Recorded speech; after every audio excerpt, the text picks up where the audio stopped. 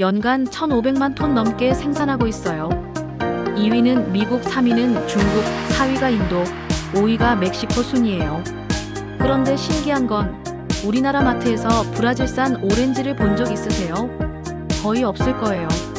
브라질은 생산량은 세계 최대지만 대부분 주스 가공용으로 사용되고 신선한 생과로는 수출을 많이 하지 않거든요. 반면 미국이나 호주는 신선한 생과 수출에 특화되어 있어서 우리가 더 자주 보게 되는 거예요. 우리나라로 들어오는 오렌지는 정말 신기한 패턴을 보여요.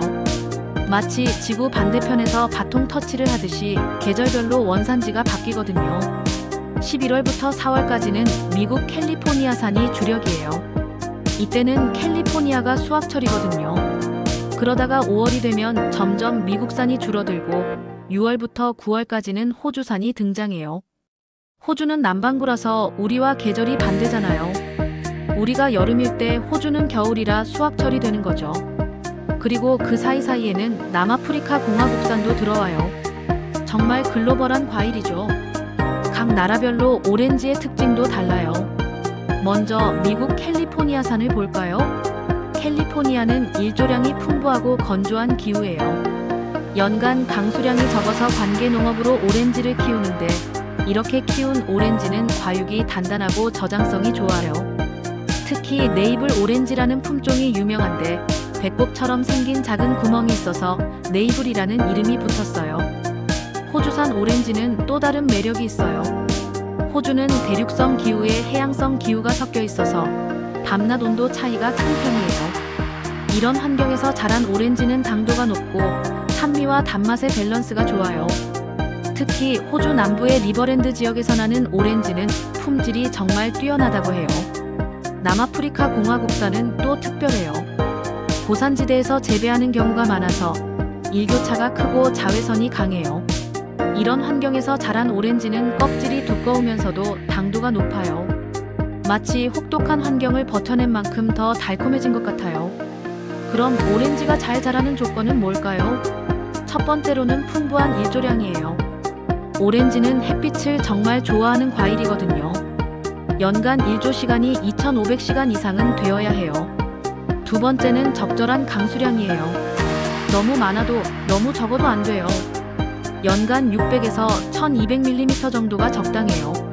세 번째는 배수가 잘 되는 토양이에요.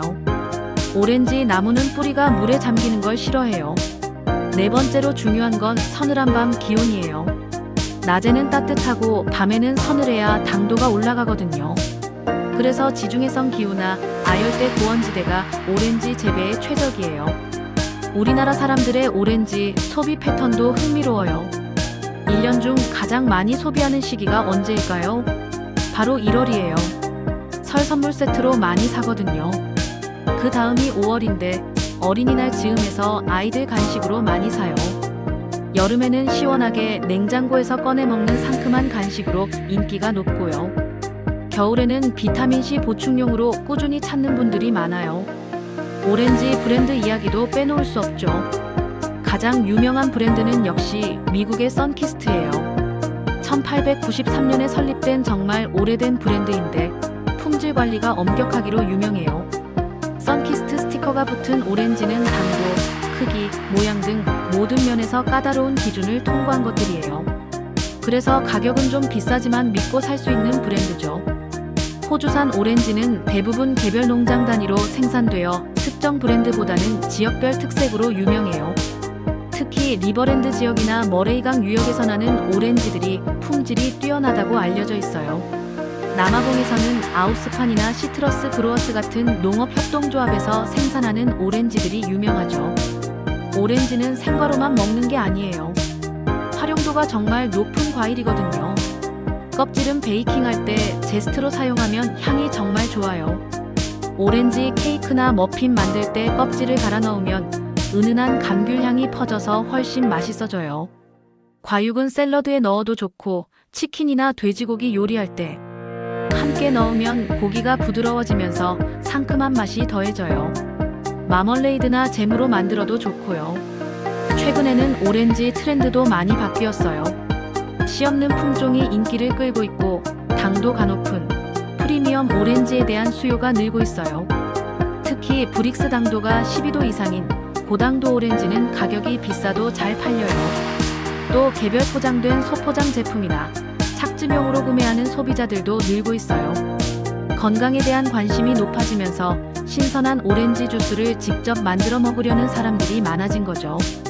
앞으로는 친환경 재배와 유기농 트렌드도 더욱 강해질 전망이에요.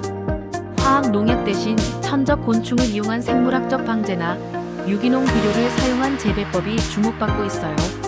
소비자들도 점점 더 안전하고 건강한 과일을 찾고 있거든요. 생각해보니 오렌지는 정말 대단한 과일이에요. 단순해 보이지만 그 안에는 각국의 농업 전략, 복잡한 유통 시스템, 치밀한 브랜드 마케팅이 모두 들어있어요. 마트에서 오렌지를 고를 때 원산지 스티커를 한 번 더 자세히 보세요. 캘리포니아산인지 호주산인지 남아공산인지에 따라 맛도 특징도 다를 거예요. 같은 오렌지라도 완전히 다른 이야기를 담고 있는 거죠. 다음에 오렌지를 드실 때는 이런 배경 이야기들을 떠올려 보세요. 수천 년 전 인도에서 시작되어 아랍 상인들의 손을 거쳐 유럽 귀족들의 사치품이 되었다가 지금은 전 세계인의 사랑받는 과일이 된 오렌지. 지구 반대편에서 계절에 맞춰 우리 식탁까지 찾아오는 오렌지.